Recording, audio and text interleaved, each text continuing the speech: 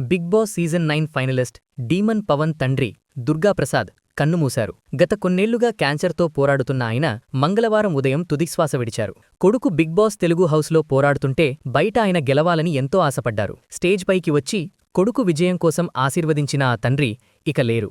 ఈ విషాదం డీమన్ పవన్ కుటుంబాన్ని తీవ్రంగా కలిచివేసింది. Bigg Boss season 9 finalist demon Pavan తండ్రి దుర్గాప్రసాద్ కన్నుమూశారు. గత కొన్నేళ్లుగా క్యాన్సర్తో పోరాడుతున్న ఆయన మంగళవారం ఉదయం తుదిశ్వాస విడిచారు. కొడుకు బిగ్ బాస్ తెలుగు హౌస్లో పోరాడుతుంటే బయట ఆయన గెలవాలని ఎంతో ఆశపడ్డారు. స్టేజ్ పైకి వచ్చి కొడుకు విజయం కోసం ఆశీర్వదించిన ఆ తండ్రి ఇక లేరు.